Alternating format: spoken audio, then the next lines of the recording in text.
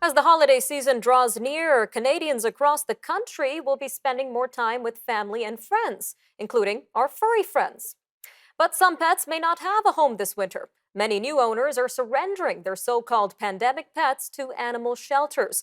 Now, amid this trend, Humane Canada is working to improve animal welfare in the country.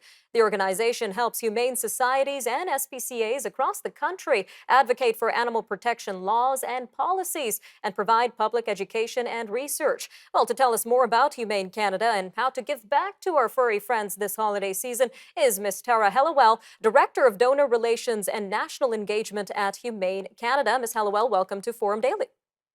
Thank you. Really happy to be here. So, what do we know so far about the current trend of acquiring pandemic pets in Canada in particular? Yeah, we unfortunately we've connected in with our members, humane societies and SPCAs and rescues across the country, and in the last 6 months, they have reported a big increase in surrenders during this time. Adoptions during the pandemic. So for many, the time was good to add a family member, and many people working from home and looking for the loving companionship of a dog or a cat. And now we're seeing reports indicating that a lot of Canadians are giving up these pets or returning pets, as you say. So how is this impacting animal shelters across the country?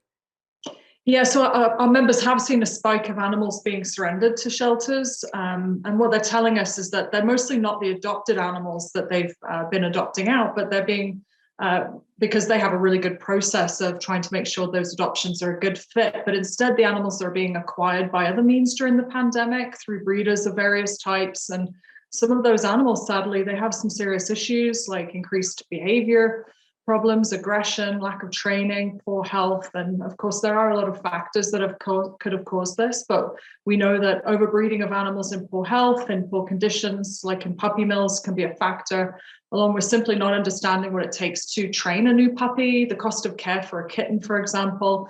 And also right now, access to affordable veterinary care is also a big challenge in Canada.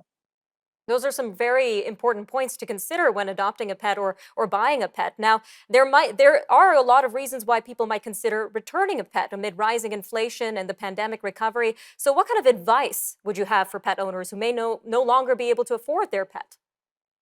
Yeah, we know it's definitely a challenging time for everyone in Canada, including pet owners. And I mean, we have tried to address this certainly. And in 2021, we started a national pet food bank initiative. We granted over $80,000 to pet food banks across the country, and there's more funds on the way, and that program is growing. And so, we ask people, go visit your local Humane Society, SPCA food bank, check and see what supports they can offer. We want to keep pets with families. They want that for sure. And so for those of you who can afford it, maybe, or if you can afford it, consider pet insurance. Depending on the animal, for a small monthly fee, it can help you cover the high cost of a vet bill in an emergency or an unexpected illness. I know that's not for everyone, but it is a good thing to do to try to negate that risk. Don't feel like you have nowhere to turn. Our member shelters understand and they won't judge. And ultimately, the welfare and safety of the animal comes first.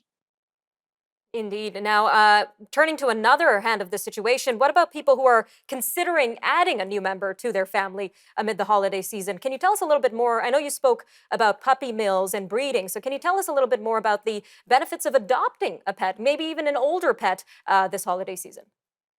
Yeah, there are lots of animals in shelters right now, that's for sure. We know that because we've checked in with our members. So the benefit of adopting an older animal is that they could have better training, they're a little calmer, they may fit better in your home environment, and your local shelter, SPCA Humane Society, can help find a really good fit for you. And if you don't go that route, then please just do your homework. Only choose ethical breeders.